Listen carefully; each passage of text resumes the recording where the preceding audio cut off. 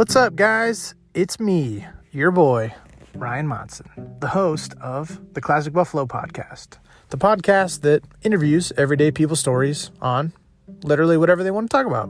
Sometimes we talk about anxiety and depression, sometimes suicide, sometimes sports, fashion, traveling. Maybe we'll talk about ducks at some point.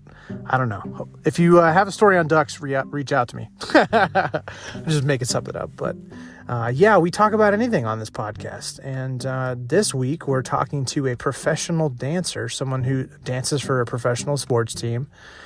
She talks about her journey through dance, how it's affected her and her family. And she actually talks a little bit about her family dynamic and how to when you're in a supporting role, how do you be a friend rather than a parent? We've got a lot of really cool knick-knack, paddywhack facts and fun little tidbits in this episode, and so I hope you enjoy it. So without further ado, here is today's episode, Book 37, with Nicole Wallace.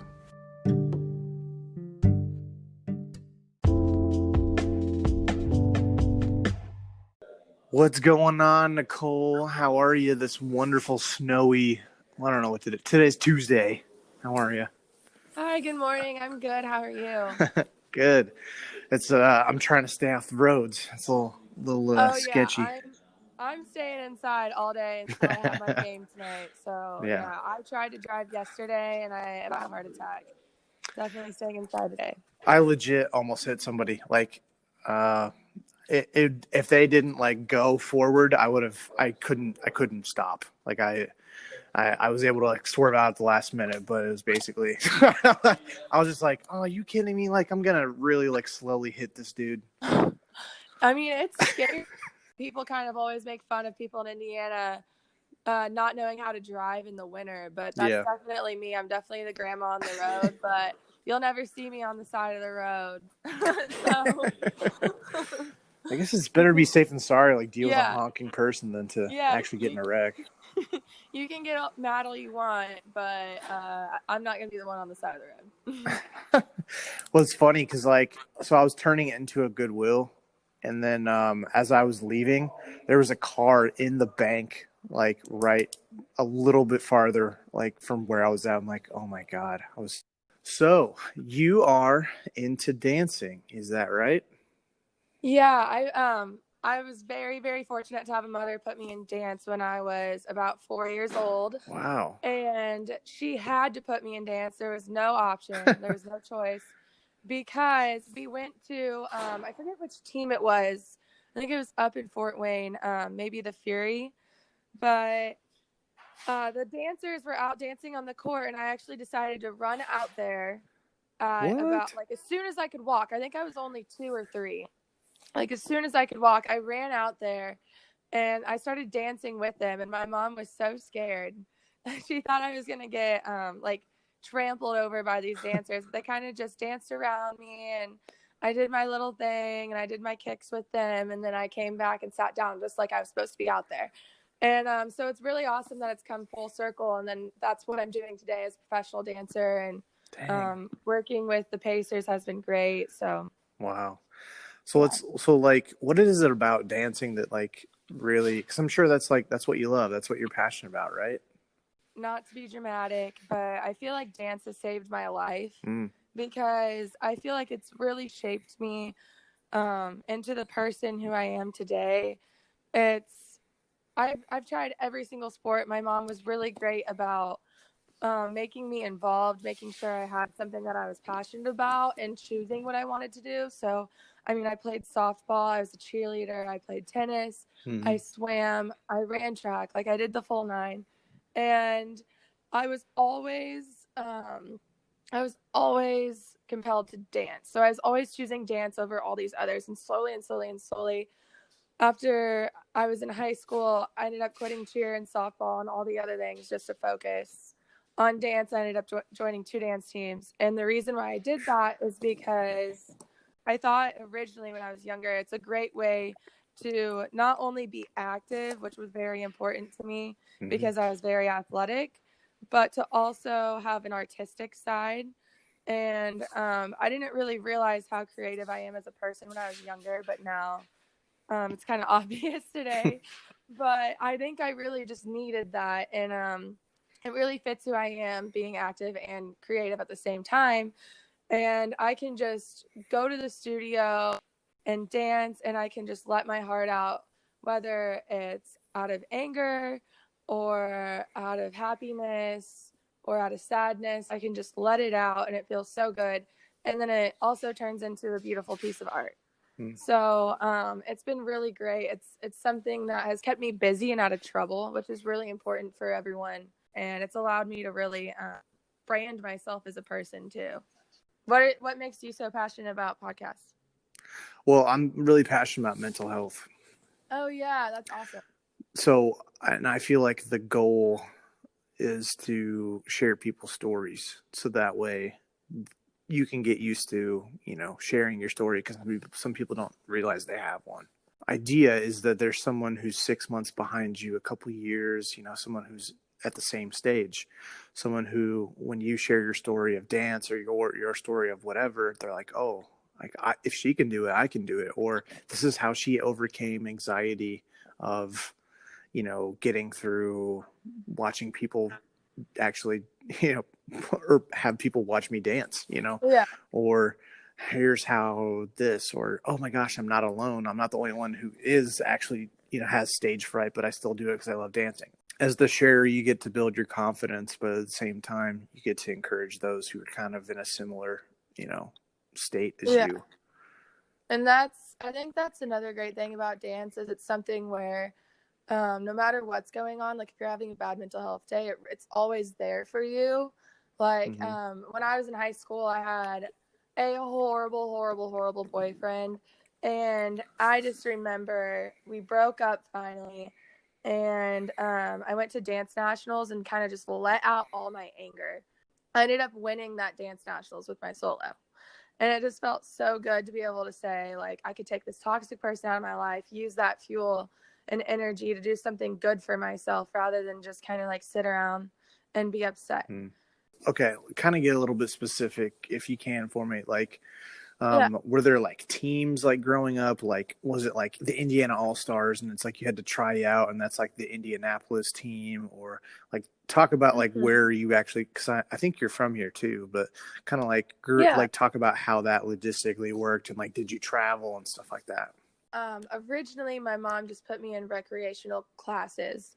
So that's just when you go to a studio, you take maybe tap, ballet, hip hop, jazz, whatever you like, and you just do a recital. So there's no competition.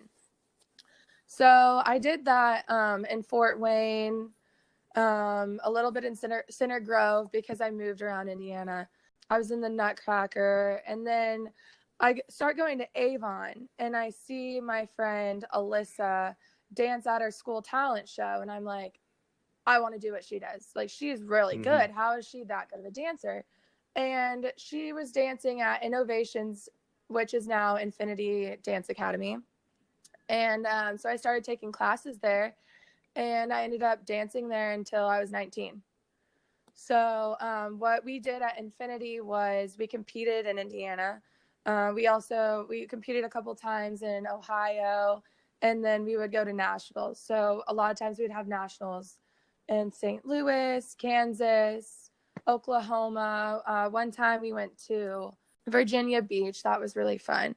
And so we traveled a lot, and it was really nerve-wracking, because I mean, you were up on stage in front of 5 judges who were giving you a score, and then placed amongst your friends and other teams on your solo, and ranked, and then you could see what they thought about you and how they scored you. But then the fun part was you also got to dance in teams with your friends, and Infinity always did pretty well, so it was always a great time. Where's your favorite place you traveled? I really loved Virginia Beach, just because that was our only time we really went to a beach. And I always loved seeing pictures of other dance studios going to places like Las Vegas and Florida. And we usually stayed in the Midwest. So that was a really fun experience. My mom got to go, and she doesn't really go on vacations much because she's always working. She's a workaholic. So it was really nice to have some family time. And that was actually my first dance nationals, and we ended up winning. So that was just a really good memory. But I also really enjoyed St. Louis.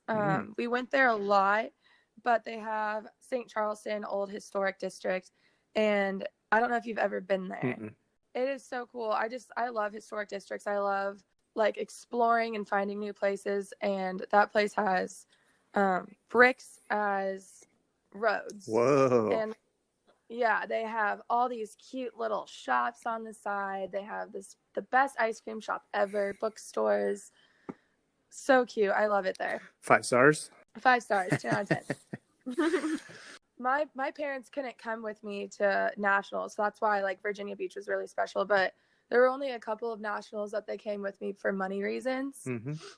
So I would travel with my studio owner or other dance moms, and they would take me in as like their other kid. Yeah. Is dance mom culture real?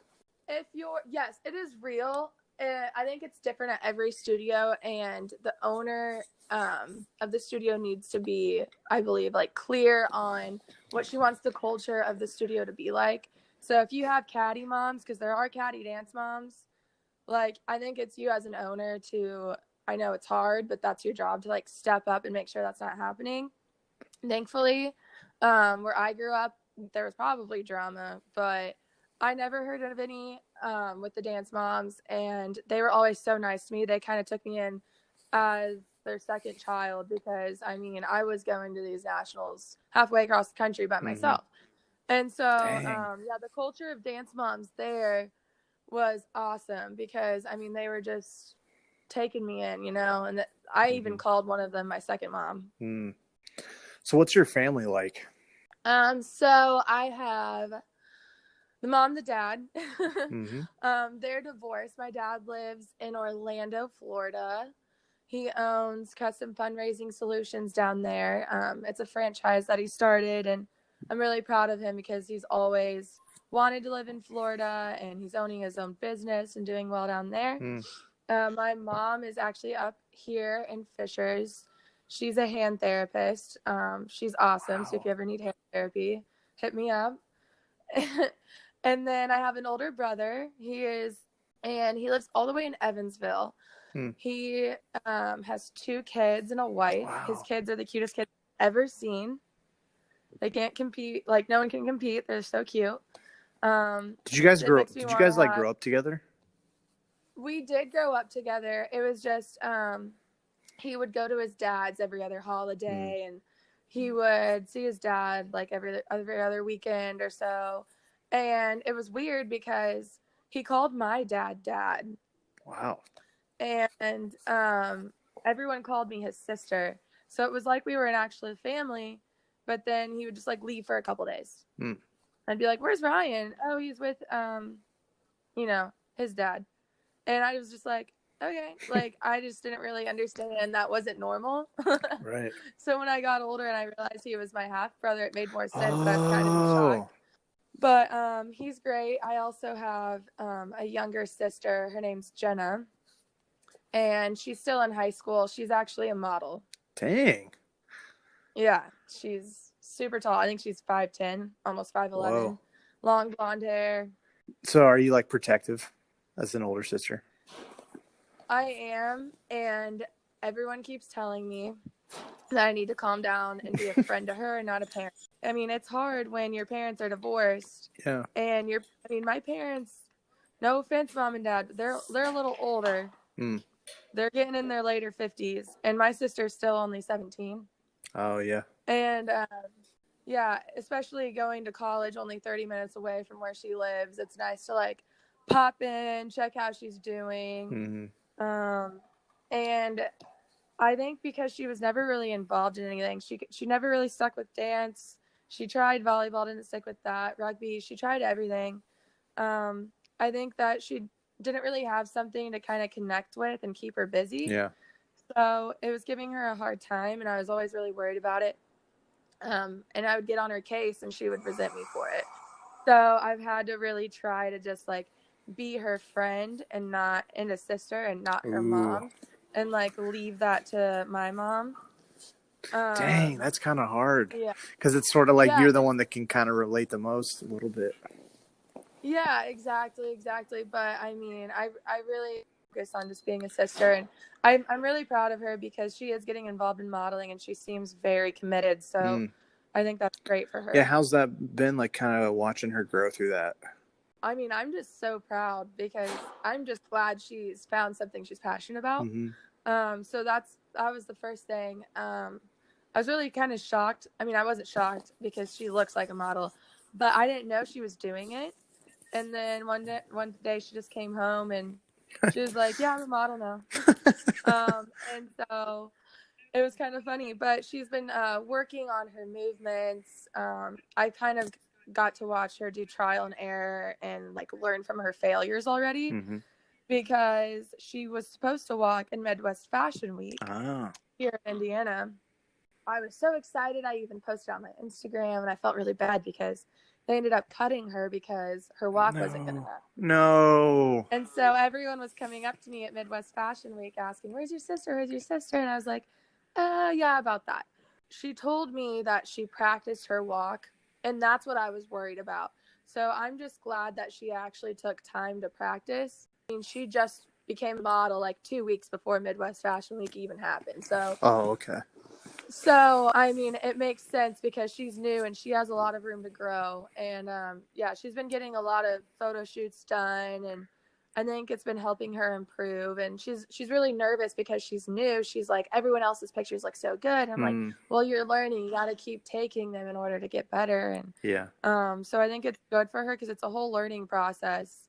I mean, for me with dance, like I always knew criticism was going to come and I wasn't going to be perfect. There was going to be trial and error. With her, this is like her first time. So, Yeah, can you talk anything more about your process for like learning and being able to come out of failure? yeah, so I failed a lot. And I've also like won a lot. So, I mean, you just kind of got to keep going and keep battling your like inner thoughts basically about things, especially other people's thoughts about you. Like I was never really put in the front for much. I think I was gradually like every year put more and more in the front, slightly out of seniority, but also I think like I was improving. I just always had so much belief in myself for some reason. There's something in me that was telling me like I'm better than what people think I am. Like they don't see how talented I am, but like I have it in me. And you just need to believe in yourself and like manifest that, and it will come. Um, one year with my solo, I didn't win any competitions. I got 10th place at one my as the year before. I was almost always top five. Um, and so it was very shocking to me. And I didn't place any other competition. So we're going into nationals, and I'm at practice, and love my instructor, but she told me that I was going to get crushed at nationals. I didn't have a chance. And I just felt really, really bad about myself because I had not been winning. And then I was told I was going to get crushed at nationals, which I kind of expected because I wasn't doing well already. So I was kind of sad. And I told myself, I don't have room to be sad.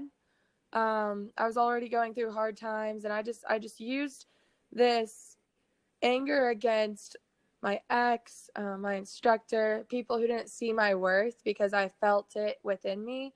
And I used it and manifested it and just put it all out there on the stage.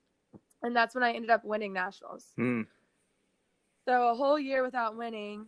And then I just get past this mental barrier of mine and what everyone else's thoughts of me are. And it finally happened. So I think it can happen for anyone. You just really have to clear your mind and focus. Yeah, do you like meditate? I have meditated before for a class. So this year I took a religions class because one of my degrees is international studies. And so I had to go visit like a Buddhist center. Oh, And I decided to visit the Zen Center downtown. okay. And they were so nice, so welcoming. And I've never meditated before. And oh my goodness, it was amazing. I felt so good after. Yeah, I think I should start meditating. It cleared my mind a lot, and I felt really energized the next day. Do you meditate? Yeah, every so often. Every time I do it, it's, you focus on breathing, mindfulness. It, increases your gratefulness. It makes you feel like present in the moment. There's no past, there's no present, all that kind of stuff. They always say it's sort of like sitting on a hill and watching all your anxiety and just kind of things you're thinking about as like cars on the road. So once it gets past your point of view, like you stop thinking about it. Yeah. But I don't know, it's been really helpful. Like, how would you describe it to somebody, like when you're Oh, doing good. it? So where I was, I mean, we were sitting in a circle on pillows with our legs crossed. And at first, I just remember my body kind of hurting. I'm like, okay, my back's kind of hurting because you have to sit up straight you have to sit up straight for so long. But then all of a sudden, you're sitting so still that your body completely like relaxes. And yeah, you're sitting up straight, but your mind kind of stops thinking about it. And it's like you like slip away into a sleep almost, but you're awake. And so it was really rejuvenating. So it was like I was taking a nap, but still awake. And anything I thought about, I just kind of tennis racket, and I just kind of like swatted every thought like out of my mind. And it just all kind of went away. And I was actually very stressed out that day because I had a paper to write actually about what I was doing that night. And I was having like some boy problems. And so I was pretty stressed out. And then I felt so much better. My mind was so much more clear. I could. Do you like journal or draw, or like what's your like main way of like coping with stress? Like just dance? I haven't lately, and I need to get back to it. But I also try to read religious books, and I'm Christian, so I've been reading like What on Earth Am I Here For, and it kind of calms me down knowing like I have a purpose here on Earth. And what I'm reading right now, actually, what I've been reading lately, is how everything you do or every intuition you have, like for dancing, for example, it's what you were put on earth to do here. So I have this compelling force to dance, and it's because God gave me that to go do. So it just like everything in there kind of like reassures me and kind of like sets my mind straight. And so that helps me a lot. And it also makes me feel connected spiritually. I also just bought a ukulele. Whoa. And yeah, and so I've been learning. I've always really loved music. I've always loved singing. It's kind of something that a lot of people don't really know about me. So when I posted my first song that I learned on the ukulele, people were kind of shocked because they didn't know that I sang. They didn't know that I had any kind of musical talent other than dancing. So, but yeah, I've been learning the ukulele, and it's awesome because when I'm really stressed, studying all day, I just kind of go away, learn a song, and it's really fun, and it's something new, you know. I also try to see a therapist once a week to relieve my stress. Yeah, And what are your thoughts on therapy? I think everyone needs a therapist because mental health affects everyone, and it affects everyone in different ways. But I don't think you need to wait. I think that it's a good preventative measure. But even if you're struggling a teeny bit, like it's good to go see one. I see one every week because you don't know when a bad week's gonna come. So I already like schedule him. I started seeing him because I was having really bad anxiety this semester and depression over like a breakup. Eventually, it just became my source of, like a schedule. And then like once a week, I'll go to my therapist and we'll talk about anything. Sometimes we just talk about school. And so I think a lot of people, they have this negative connotation. There's this stigma tied to therapists where you have to be crazy or have problems to go see a therapist. I don't think you need to be crazy or have problems to see a therapist. I think having problems is normal. And I don't think people realize that. But I think everyone should see a therapist at least once in their life. I totally agree. I was so against it. Yeah. And then now it's like, oh yeah, I go to like every week or every other week. It's just like for 6 years now, it's just a part of my life. And it's somebody that, okay, there's bad therapists, but there's also good ones, it just depends. It's like, it's kind of like dating a little bit because they each have different schools of thought. And so one way may not work for you. You know, somebody might just say, well, you need to do this, you need to do this. And people are like, this is awesome because they keep giving me different things to try. And then someone else is like, I just need someone to listen and not, you know, I'm so sorry that, you know, they're dealing with that. There's a lot of different strategies. So I'd encourage that. But what I've actually heard is that colleges have pretty good counseling services. Yeah. So IUPUI has CAPS. I think they also have something else, which unfortunately I don't think a lot of people go see. I actually went there a year ago to kind of get some help with my schoolwork because I don't think anything was really going on in my life that was bad. I think I was just majorly stressed out. Like, I was so majorly stressed out that, like, I walked in there and I started crying. I was like, I just need help. And they helped me to where, I mean, they'll help you. So they didn't even ask for a medical note. They're like, obviously you're in distress. We'll just give you the semester, but next semester you'll need like medical proof. I was diagnosed with depression at this time. I think it was because of another breakup. So obviously I have breakup issues, but That's all right. it's fine. But basically, so I was diagnosed with depression, but it's hard because you try to call your doctor and you have to get all this information and then you have to like give it to CAPS and then it has to like you have to do so much work just to get help. And usually people who need help, they don't have the energy to do all of that. So I feel like a lot of people don't utilize these services because there's so much work that you have to do in order to get them. And they don't have the energy for it because they're so depressed or anxious. And I was anxious to go in there, but I just couldn't do it anymore. So I came in, I cried. She said, you don't even need paperwork. And then that semester, if I needed to, I could tell my professors ahead of time if I was struggling and needed more time to study for a test because I just couldn't get out of bed that day or whatever. So, I mean, it's a good system, but I think that it's really hard for people who are struggling to even try to go to. Yeah.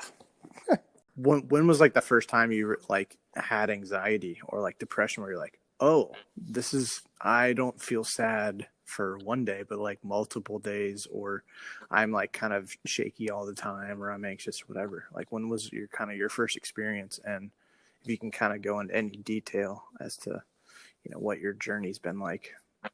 When I started dating my boyfriend in high school, I think it was kind of like shaky, but it wasn't there. And then I ended up tearing both of my ACLs in high school, and I think that's what really did it because it shook my whole world. I mean, I wanted to move to LA and be a professional dancer. And here I am on the couch with a torn ACL. Then I go back to dance a year later and I tear another one. I'm out for another year. So it's like, what do I do? Your passion's gone. There's no way to let out your feelings and emotions. Your future is, at the time, I thought, ruined. It's like, what else am I passionate about? I don't even know. I've done this my whole life. Like, this was my plan. You can't really do things other people are doing, so you can't even walk. You're just sitting on your couch I sat on my couch for 2 weeks the first time, and then it took me 2 months to even walk without crutches again. And so, I mean, it was a struggle, and watching everyone else dance, and I even got really good spots in dances, and then I'm out, and other people, like, watching other people take my place. I mean, it was just heartbreaking. So I think that really put me in a mood, and I just kept saying, like, I'm in a funk. Like, it wasn't horrible, but I was just like, I feel like I'm in a funk. And then after it was over, like, I was better. And then comes, like, more relationship issues, and I think I was just always so focused on, like, whoever I was investing my time into that I wasn't focusing on my own mental health.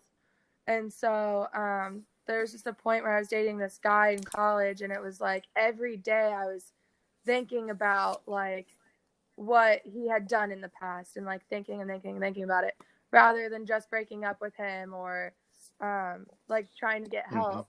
I was just anxious about it all the time. Like these thoughts were just running through my head. And then we ended up breaking up, and it was really hard because like at the time he was my best friend for like the past 2 years. So it was just a struggle, but you really, really like learn during those dark times about yourself. And I think it's beautiful, like how you find the light from that. So that summer I ended up going to Bonnaroo for the Whoa. first time. I went to Lollapalooza. I went to Electric Forest, and I traveled. Like, I went to Florida. I went to Alabama. I went to all these places, and I found this light inside myself that I didn't know was there because I hadn't been by myself for a year and a half. And so I think it's awesome how, like, the dark place sucks, but I mean, you're able to grow out of that and find light in your own way. So, yeah. That's awesome. What usually helps you?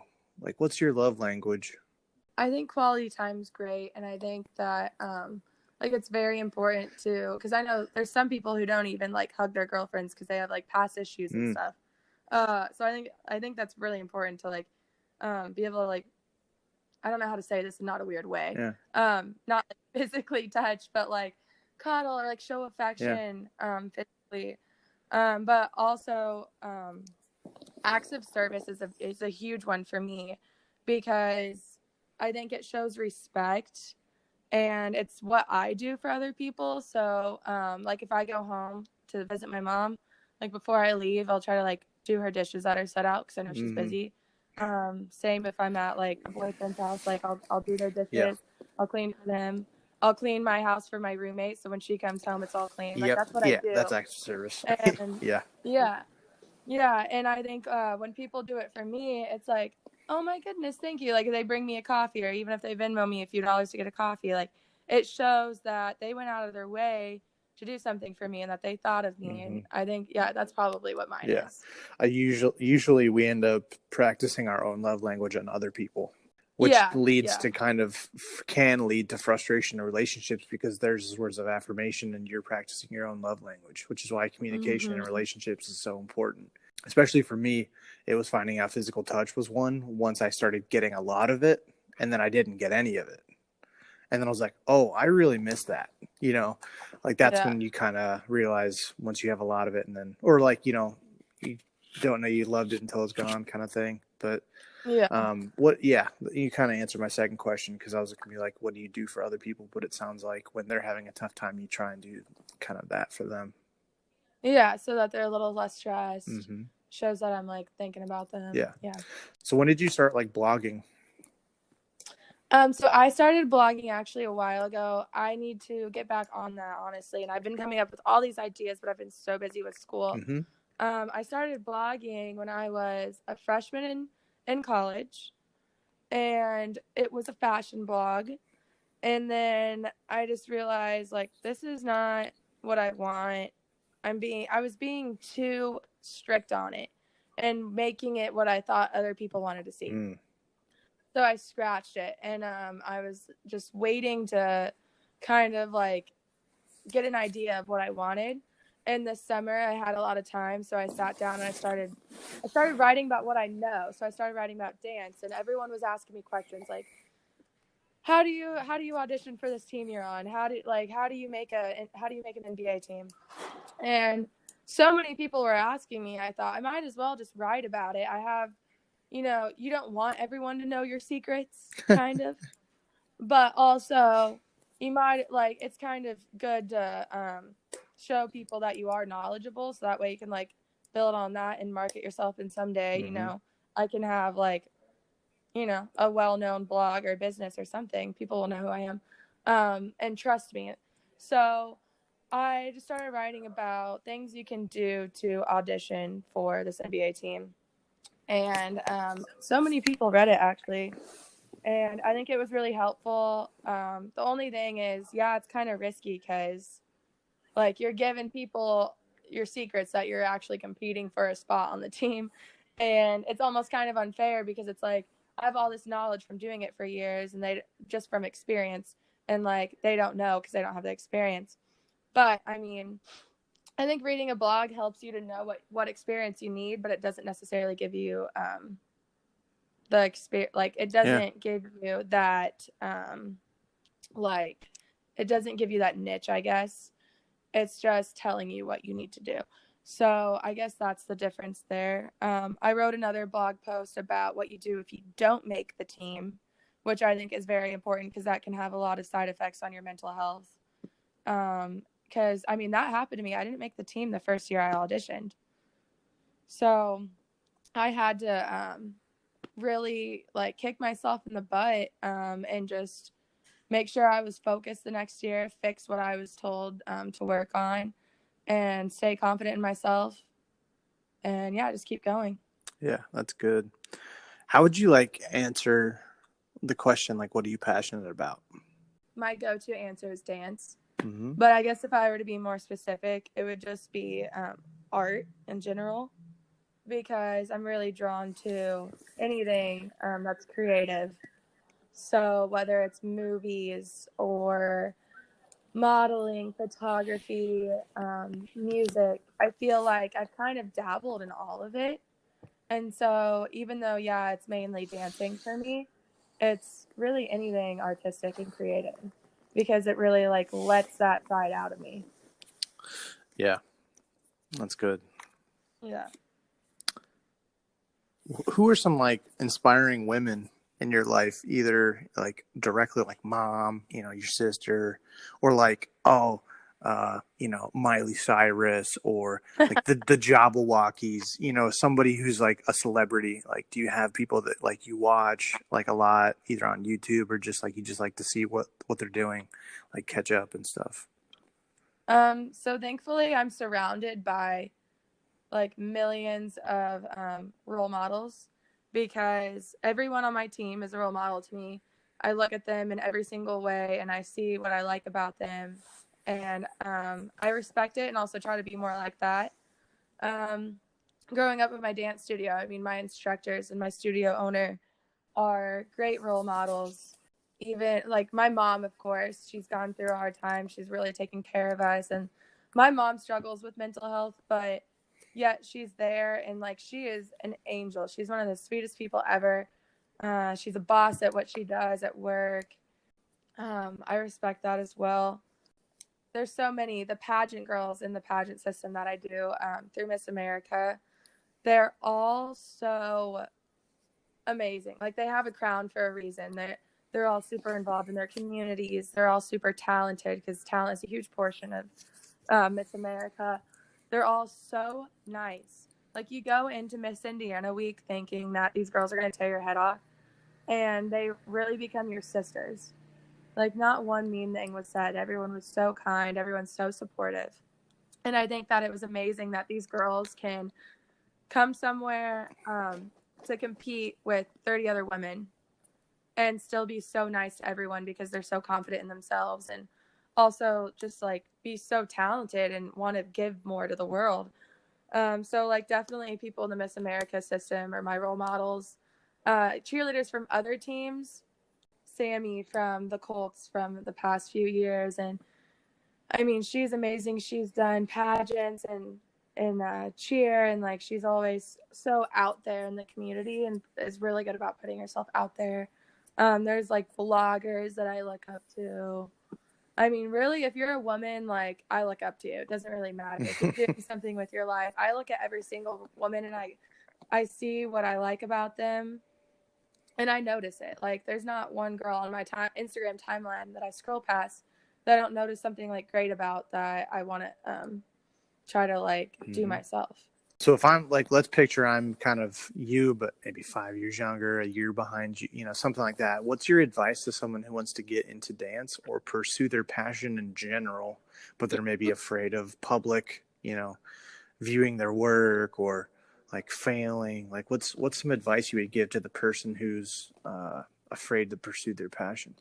My advice to them is they need to find that light in themselves, and really believe in themselves, and like work for it. You can't just show up to an audition and expect to make it. You got to keep working on yourself. You got to keep networking, and you can't let a no let you down, because my mom didn't really want me dancing. Like my mom wanted me to be a doctor.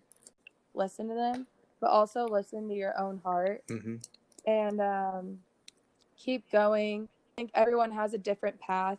So for me, it wasn't LA, at least right away. It was college and dance, which worked out perfectly for me and made my parents happy. But so yeah, I think that there's a way to make it all work. You just have to sit and think about it, which thankfully I had 2 years on the couch for that with torn ACLs. But You have to sit and think about it and just stay confident in yourself and keep going. How have you saw yourself like grow over the last couple of years? Oh my goodness. Every year I'm surprised about how much I've grown. I think especially in college, just everyone grows in general. So I think I've just matured a ton. I've realized, especially lately this semester, yeah, I am a senior in college, so it makes sense. But I used to think like going out was really important. Being super social was super important, which the social aspect of my life is still very important because I think it's important to stay connected with people in your community and stay networking. But it's not important to be having a blast, like wasting your time and money at the bars or parties every weekend. What's important is to like focus on yourself and what you're doing. And if being social and networking is a part of that, great. But I don't get FOMO anymore from not going to that concert everyone went to last night or like that bar crawl or anything, because I know that what I'm doing with my time instead is more valuable. And I think that's like the biggest growth that I've had this year. Last year, it was finding myself and becoming more independent and finding my own happiness in my own way. Yeah, I think there's just so many other ways that I've grown that I probably can't even think about right now. Yeah. That's good. It's kind of cool. We rarely get to look back and kind of appreciate where we've been. Yeah, that's very true. And I think it's really important to reflect because I feel like time flies by and you don't really notice like who you are now versus who you used to be. Mm-hmm. I mean, you might think about it, but I don't think you really like appreciate it. Like, Yeah. oh, this hard time made me get here, and this good time made me who I am today here. And yeah, I mean, it all falls together in place, and everything happens for a reason. That's good. What would you say like is one of your greatest achievements? I'm really, really happy that, winning nationals was a big turnaround for me when I was in high school because it gave me confidence that I was lacking in myself. Mm-hmm. So that was a big achievement. Making the team that I'm on right now is a big achievement for me because I always wanted to be a professional dancer, and I'm finally following my dreams. Mm-hmm. And also getting into the Kelley School of Business as a direct admit because that was the one thing, like if I wasn't dancing, that was the one thing that I knew I wanted to do. Yeah. And I had so many smart people around me in high school that I just really didn't think I could get in. And then I got a direct admit letter, and I was like, I kind of cried a little bit. And it's just been an awesome experience seeing that I am capable, I am worth of all these things that I've been wanting. What's like 2020 goals? 2020 goals. So I graduate in May. Yay. Yeah, with my marketing and international studies degree. And so I'm actually going to start applying to jobs this weekend. So hopefully a 2020 goal of mine is getting a job, but not only getting a job. I don't want to be one of those people that comes out of college and says like, I need this job, I need this pay. But I do know a lot of people, and I've networked really well this past semester. So I do know I have options. Mm-hmm. I just need to figure out what's the best option for me. Like, should I go into fashion? Should I go into entertainment? Should I stay at like a marketing company? What kind of job do I want to do within that? I need to really like focus on what I want my first job to be and like what I want that to do for me in the future. And so that's like my biggest priority right now. And then, just like being happy with wherever that takes me, because honestly, right now, I have no clue where I'll be living in a year, like what I'll be doing. But, so this decision is going to be really big for me. I mean, yeah, like everyone's like, you need a 5-year plan. Well, this is just part of my 5-year plan. It's just kind of like iffy because I want to make sure, like, yes, I'll be doing marketing. Yes, I'll be working like with a creative business. Yes, I'll still be dancing because I have to, like, no matter where I go. Yeah. But I just don't know where it's going to be. So, So let's wrap up. I've got a fun 5. Number 1, if you could be famous for one thing, what would you be famous for? just being a performer in general. Does that make sense? Mm-hmm. So like someone who is an actress but can also like sing and dance. Yeah. Yeah, that's what I would do. That's a good mix. What's a motto or catchphrase you have? Yeah. A lot of people will come to me and they'll say, hey, like, what should I wear? And my response is always, wear what you feel comfortable in or what you feel confident in. Wear what you want to wear. Like, I'm not going to tell you what to wear because I'll pick the one that, like, yeah, you like it. You might feel good in it, but it's not, like, what's best suiting how you feel today. I can't tell you how you feel. So, like, that's one thing is, like, wear what you want. And, like, I don't mean it in a rude way. I just mean it as in, like, that's what you're going to look and feel best in because you know better than I do. Who plays you in a movie of your life? Amy Poehler? Honestly, yeah, probably, because I feel like people look at me and they're like, oh, like she's cute. She's probably like quiet and like, you know, I feel like people look at me and they just think like I don't really have, not necessarily a personality, but they don't think I have the personality I do. I'm kind of like quirky and weird. More weird than I think people would think. It's not a bad thing sometimes. No. What's the first thing you do if the zombie apocalypse happens?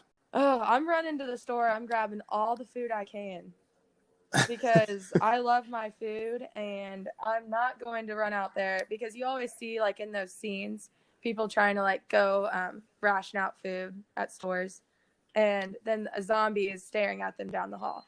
So that's not happening to me. I'm getting there before all the zombies. I'm taking all the food, hiding in my house. What's your favorite part of yourself? My favorite part of myself is probably just try to like make sure I'm making other people feel good about themselves because personally I hate when someone's having a bad day and like they take it out on me. So I try to really like focus on that. It's good. Yeah. So the last thing, you're going to shout someone out like, hey, Janice from 8th grade, thanks so much for how you've impacted my life, or hey, Mom, thanks so much. You're so kind, sweet. Whatever you want to do, significant other, family member, doesn't matter. Whoever you want. But you're going to shout them out, encourage them. Thanks so much. Hi, Michelle. Thank you so much for doing so much for me and the team. I cannot wait for tonight. And yeah, just thank you for everything you do for us. Hey, Mom, thank you so much for everything you do for me. Cannot wait to see you after my finals are over and spend some time with you over Christmas break.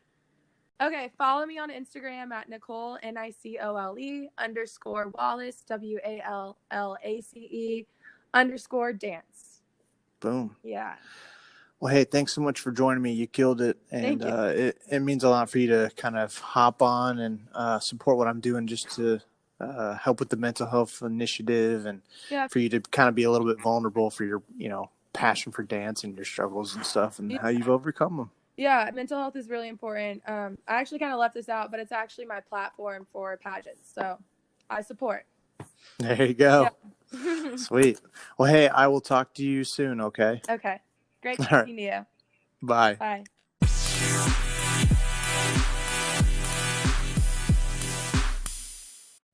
Hey everybody, this is Ryan from the Classic Buffalo Podcast. Wanted to take a second to talk about Anchor, how I'm actually making this podcast happen. Super happy that I'm partnering with them. So, Anchor is actually the easiest way to make a podcast. I've done my research. This is basically the best way. I promise. It's going to give you everything you need in one place for free, which is the best part. It's going to have tools, so you don't really need a fancy schmancy recording guy. Anchor's going to be helping you out there, and then they're going to distribute the podcast everywhere to Spotify, Apple Podcasts, Google, everything. And then you can also make money with basically no minimum listenership, which is kind of rare. So hop on Anchor as soon as you can. Thanks.